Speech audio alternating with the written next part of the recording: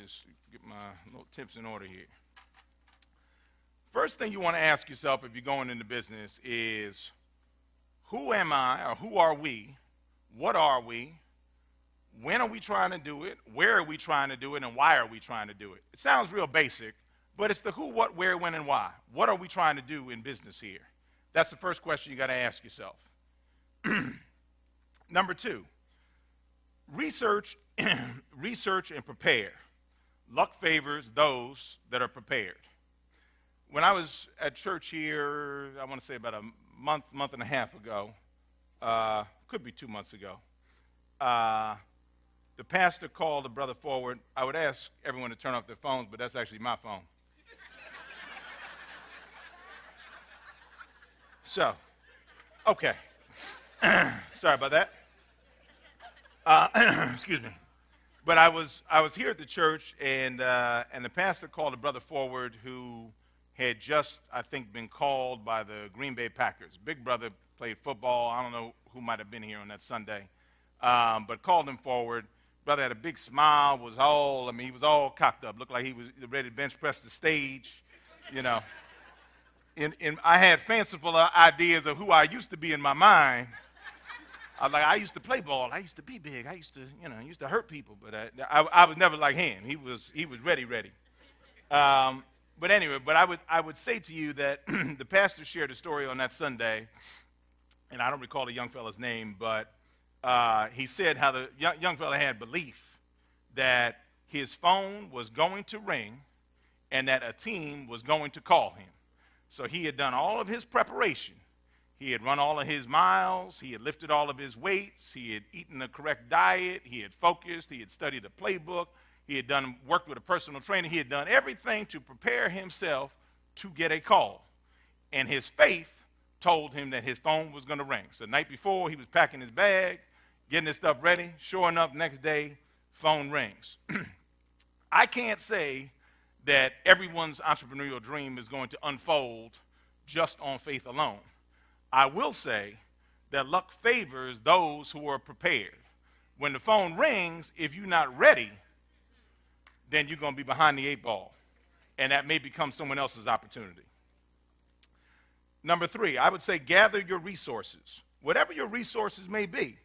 And I don't want you to say that's just financial resources. It's not just a matter of financial resources. It's your overall wherewithal. It's your team. It's your family. It could be a coworker currently. You know, some of the best businesses oftentimes are a couple of coworkers working together and spending a couple of hours after work and kicking around a couple of ideas, and then they come up with something that's an idea, you know, that becomes their kind of entrepreneurial dream. So I would say gather your resources, whatever it may be. It could be intelligence about something. It certainly could be financial, but gather those resources, marshal them, and be prepared. I would also say be prepared to partner, number four. In this economy, in this environment, there are so many people who are looking for opportunities. You know, gone are the days where, you know, some employers, I'll use even our business, Black Enterprise. For years, you know, my father would not have looked at it favorably if somebody had a side gig. Somebody was doing something after hours. That was, you know, peddling something on the side, driving a cab, had a bakery, whatever it may have been, he would not have looked at that favorably. That doesn't make him a bad person. He was just from that mindset in that day and age that would somehow detract from your work, from your work day. Same as a lot of employers don't want people carrying 2 and 3 beepers and phones because they figure at some point you're cheating their time. In this environment, I would say all of that was really prior to the recession. At this point, if you don't have a side hustle, a second gig, some other thing you're looking at, thinking about some sort of fallback scenario, you damn near fool, okay? Because there are no more guarantees no matter what company you're really working for. So you might as well think about, what am I going to do if? Number 5, help. There used to be a day in a stigma where people would say, well, you know, I don't really want to ask for help because I got a lot of pride. I want to do it on my own. And hey, 2008, 2009 happened. General Motors needs help. Banks need help. Raise all hands and 5 feet. Get your help. Wherever you can get it, get your help. Ask for it, embrace it. Process the information that you get, whatever the resource is. Don't take it for granted, but do not be afraid to ask for help. Go to good resources and take good notes, because you need to be respectful of people's time, particularly if you're going to ask for people's help.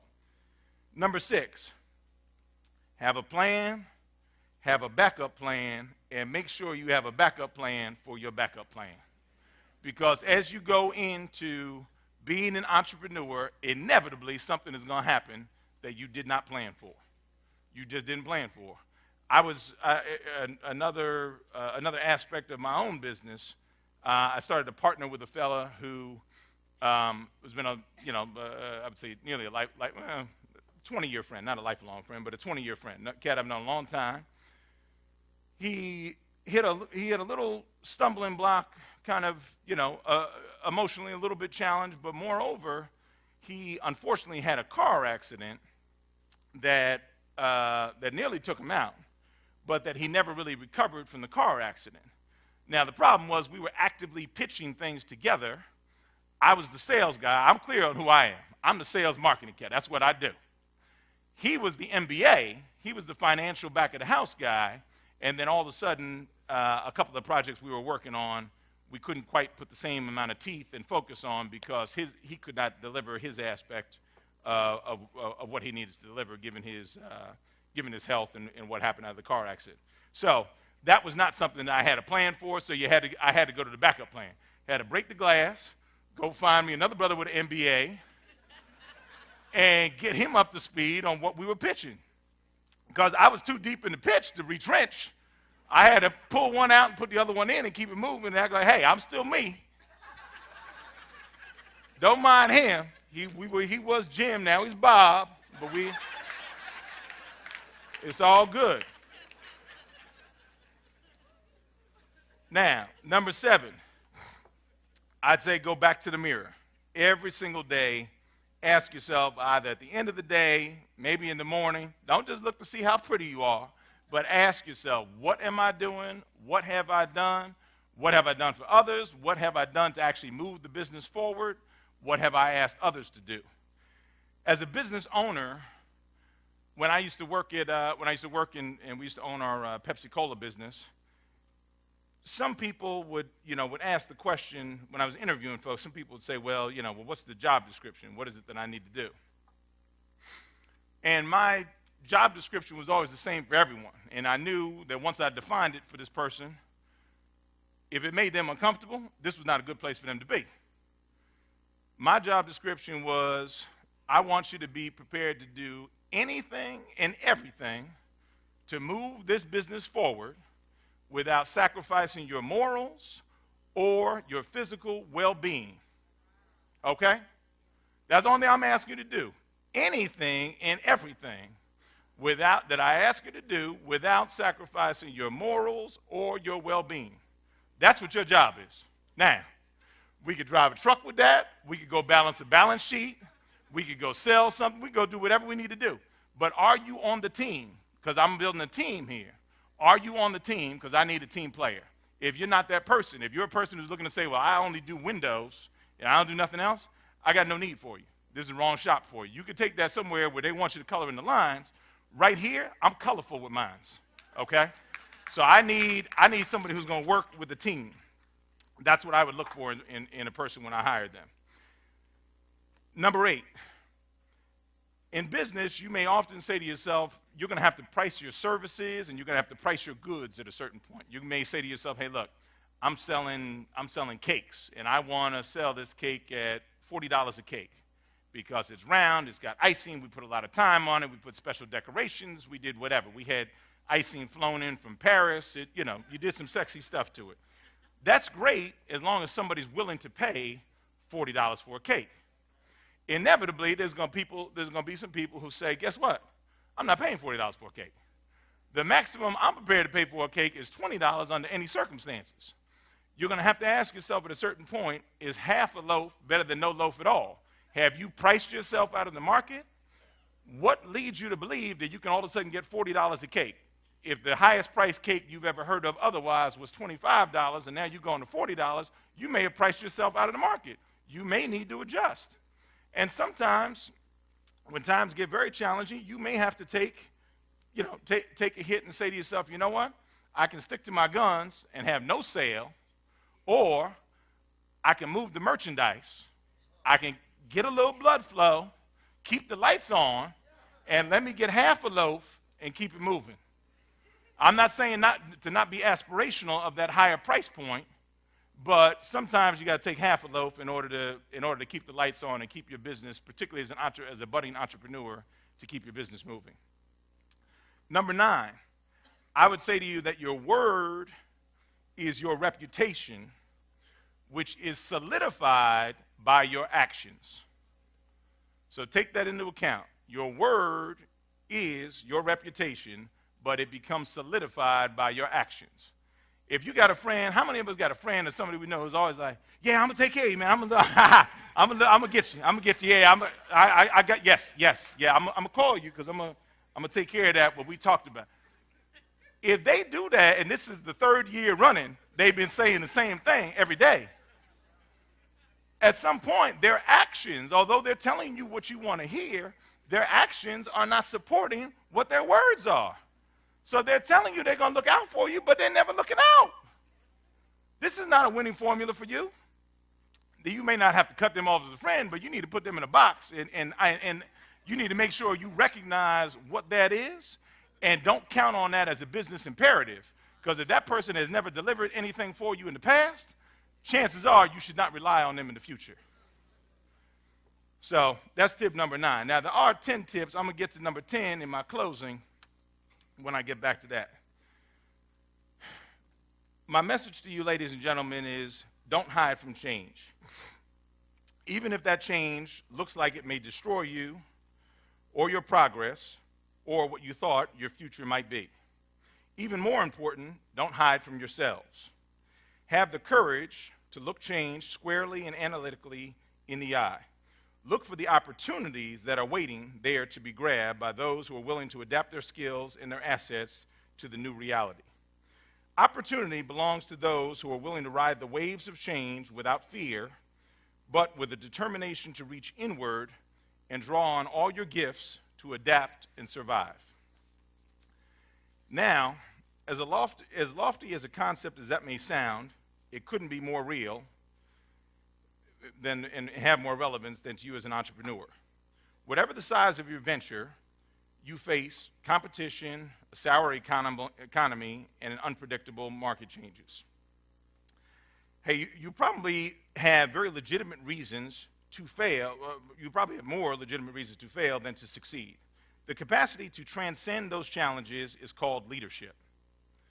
Whether you're starting a restaurant franchise or branching into the tech and consulting business, or determined to turn your best-kept secret, cornbread secret, into a recipe that could be globally recognized as a brand name.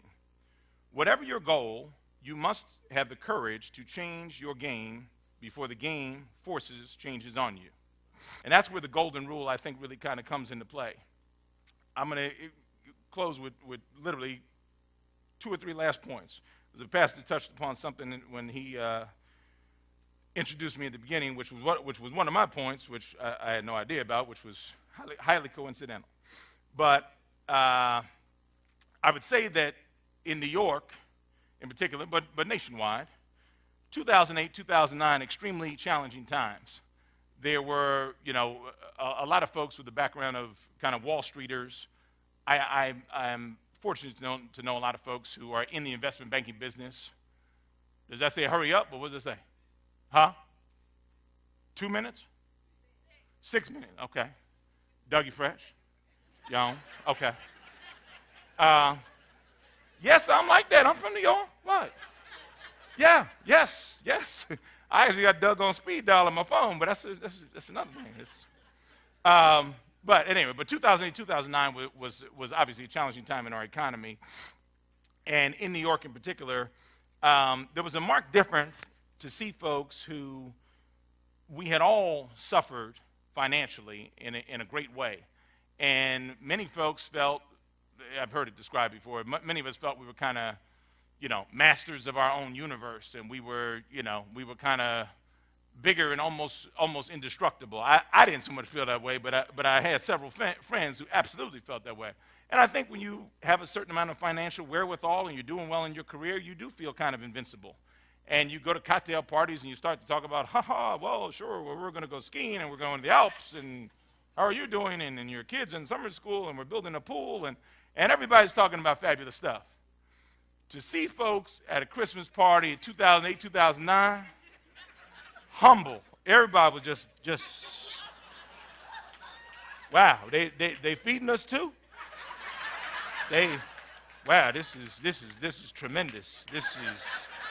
We're so blessed that they got a hot dog, a soda. There was some real humility in the room for all of us. And I say, and I hope, and I pray that we all maintain a level of humility. We've all been through a lot. As we start to ascend again, let's not forget where we've been. Let's maintain some perspective on where we've been in the trials and tribulations. I would also say to you, quick anecdote. Between leaving Pepsi and joining Black Enterprise Magazine, I moved from Maryland back to New York. And before I rejoined my family's company, I was contemplating what I was going to do, and I was a communications major from the University of Pennsylvania. And Ms. Tomlin told me she went there. I never even knew. Good for you. But I had the occasion to go out with a friend who was doing extremely well in the music industry. And I went out with her, and we went out to dinner, and she offered to pick up dinner, which was great. And in the course of us, going out for dinner and a drink, I had to ask her the question, do you have an opportunity available for a brother like myself? What's significant about asking her for the opportunity, not just the fact that I was asking for an opportunity, as I was trying to figure out my career. This young woman used to be my assistant. Now, talk about humility and perspective. You have to make sure you're doing somebody right every single day, so that when you come over here, you're never sure who the next person coming up is. But had I done her wrong or dirty back in the day, I couldn't have had this conversation. I wouldn't have gotten dinner, wouldn't have gotten drink, certainly wouldn't have got anything picked up. She'd have looked at me like I was a nut. But I treated her as an equal, as a peer, as a human being, and someone who I respected and appreciated when she was working for me. That allowed me to come back nearly 10 years later and ask her, baby girl, can you hook a brother up? So I would share that with you, perspective. An entrepreneurial quick anecdote is that the Atlanta Olympics, which was 15 years ago or so, I met a brother on a plane who was working for Maynard Jackson, Mayor Maynard Jackson, obviously now deceased, but he was working for Mayor Jackson at the time. Actually, am I yes, I want to say he was working for Mayor Jackson. It could have been Mayor Young, somewhere between Mayor Jackson and Mayor Young. I believe it was Mayor Jackson at the time. But most importantly, he had been given the job of, it was his charge to buy all the municipal uniforms, get a contract to buy all the municipal uniforms for the city of Atlanta. That he was supposed to go out and find a vendor or vendors to be able to fulfill this, because the whole world was coming to visit Atlanta, and they had to have on their Sunday best, right? So if you had an old uniform, tattered uniform, whatever it was, you had to be able to do your thing. Well, met this brother on the plane, told me about his dilemma, and he asked me, he said, you're with Black Enterprise, so y'all may know anybody and everybody. Do you know somebody? Do you know somebody? He said, I'd like to give an African-American business a good share of this contract, or at least let them bid on it and see what they can do. He said, do you know somebody? So I said, well, off the top of my head, I don't. I said, but let me take your card. And this gentleman at the time was I believe it was the chief of police. In fact, I'm quite sure it was the chief of police. But I said, well, let me take your card, sir. And he knew my dad. And I said, well, I'll get back to you, Chief Bell, and if I run across somebody. About 6 weeks later, run across a brother who's with a uniform company. He said they had just bought this textile. Did I hit my mic or am I good? Okay. He said he had just bought this textile. He was with a company, just bought this textile manufacturing plant down in Alabama somewhere. They used to be a sporting goods company, but now they were making uniforms. So ding, ding, ding, bell went off. So I said, okay, well, I can connect you with this brother over here. Well, I then told him about the opportunity with the guy in Atlanta, and I called him to my office and said, hey, look, I met you. I said, back in the day, I said, I met you, not back in the day, but I met you a few weeks before. I said, you had told me about your company. I said, let me tell you something. I said, this is the biggest opportunity in the world. I said, your presentation that you gave me for my little business here at Pepsi Cola is totally unacceptable. So that's not going to work. So if you're going to go down with that presentation, let's not even go there, because I don't want to get shot down, and I want to be able to call this brother again. So you need to bring me your leader. Bring me your leader and show me what you got in terms of a presentation, and then I'm going to, introduce you to this fella. So he said, okay, thank you, Mike, thank you. That's great. He said, but Mike, tell me one thing. He said, why'd you do it? I said, why'd I do what? He said, why'd you call me? Why'd you look out? I said, my man, I said, we met, and we agreed to look out for each other. I said, I actually meant it. Did I do something wrong? You acted surprised, like, why did I do it? Well, you said you were going to look out for me if there was an opportunity. I said I was going to look out for you, and I just followed up on what I said. I didn't think I did anything magical, but anyway, that lets you know where his mindset was. Nonetheless, I extended the opportunity to him. I don't think it worked out, but I did extend the opportunity. The very last point I'm going to say is this, relative to humility and relative to maintaining some perspective. When I used to work at Pepsi Cola, when my family used to own that Pepsi Cola business, we used to have, during the season, about 400 employees that used to work for me. The worst job in the entire bottling plant is to be the bottle sorter. Bottle sorter, you deal with the syrup, the rats, the roaches, everything that comes back from the stores that's all damaged and broken, needs to all be sorted through, washed off, cleaned, and put back into some sort of package to be resold. The worst job in the whole building. There was a brother who used to do that job for us. His name was Mr. Robinson. I've been out of the business for nearly 13 years now. I still remember Mr. Robinson, Mr. James Robinson. I called him Mr. Robinson not because I didn't have alternatives. I called him Mr. Robinson because he had earned that station in life. He was closer to being my dad's peer than my peer. Mr. Robinson was probably 55. Mr. Robinson was probably in his 60s at the time.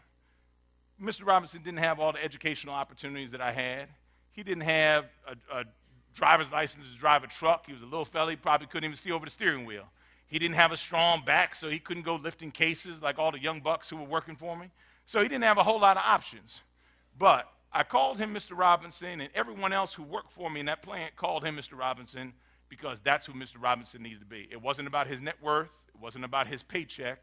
It was about the fact he was an older black man who was old enough to be my dad, and his name was Mr. Robinson. I would encourage you, keep some perspective about yourself. You're going to have good opportunities. Hopefully you're going to have blessed careers as entrepreneurs, but maintain some humility and some perspective as you enjoy success. I thank you very much for your time. I hope you've enjoyed it. It was my pleasure. And I do want to... Oh.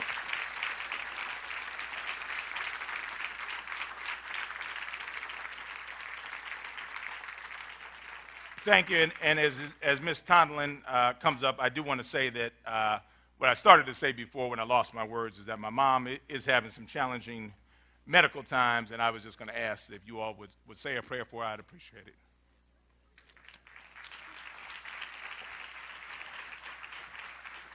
You good? Okay, thank you. You want me to stay up? Is this on? Isn't it?